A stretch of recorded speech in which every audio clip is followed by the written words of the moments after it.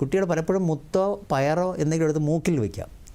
അപ്പോൾ ഇത് കാണുമ്പോൾ നമുക്ക് തോന്നും, അറ്റത്തിങ്ങനെ കുട്ടി ഇങ്ങനെ പറഞ്ഞ് മൂക്ക് എന്നൊക്കെ ചൂണ്ടിക്കാണിക്കും. നമ്മളിങ്ങനെ നോക്കുമ്പോൾ മൂക്കിനകത്ത് സാധനം ഇരിക്കുന്നു. നമ്മൾ വിചാരിക്കും അത് ജസ്റ്റ് തോണ്ടി അയങ്ങി പോരും. അത് ചെയ്യാണ്ടിരിക്കുന്നതാണ് നല്ലത്. കാരണം നമ്മൾ മൂക്കിനകത്തിട്ട് തോണ്ടുകയോ അല്ലെങ്കിൽ എന്തെങ്കിലും പിന്നുകൊണ്ടോ എന്തെങ്കിലും വളച്ചിട്ട് ഇങ്ങനെ എടുക്കാൻ തോന്നിക്കഴിഞ്ഞാൽ മൂക്കിനകത്ത് ഇക്കിളിയാകുമ്പോൾ നമ്മൾ എന്താ ചെയ്യുക? ആ ഇക്കിളി വരുമ്പോൾ ഉടനെ നമ്മൾ റിയാക്ഷനായിട്ട് തുമ്മാൻ തോന്നും. നമുക്ക് തുമ്മാൻ തോന്നുന്നത് എങ്ങനെയാണ്? ഫസ്റ്റ് സ്റ്റേജ് തുമ്മലിൻ്റെ സ്റ്റേജിൽ നമ്മൾ അകത്തോട്ട് നീണ്ടിയൊരു ശ്വാസം വലിച്ചിട്ടാണ് പിന്നെ നമ്മൾ ആ ചൂ എന്ന് പറഞ്ഞ് തുമ്മുന്നത്.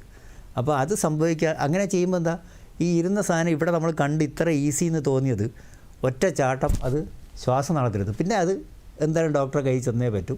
എൻഡോസ്കോപ്പി ചെയ്യുകയോ അല്ലെങ്കിൽ മറ്റു കാര്യങ്ങൾ ചെയ്ത് ഇമീഡിയറ്റ് ആയിട്ടൊരു മേജറായിട്ടുള്ള പ്രൊസീജിയർ ചെയ്ത് അത് ഇമീഡിയറ്റ് ആയിട്ട് എടുക്കേണ്ടി വരും. പക്ഷേ ഇവിടെ അപ്പോൾ ഇത് നേരെ മറിച്ചൊരു ക്വാളിഫൈഡ് ഡോക്ടറോ ഒരു ENT ഡോക്ടറോ കാണുകയാണെങ്കിൽ അവർക്കത് എടുക്കുന്നതിനുള്ള ടെക്നിക്സ് ഉണ്ട്. അകത്ത് പോകാതെ കെയർഫുള്ളായിട്ട് അവർക്ക് എടുക്കാൻ അവർ ട്രെയിൻഡാണ്. അപ്പോൾ അതാണ് ഈ മൂക്കിനകത്തിരിക്കുന്നതിന്.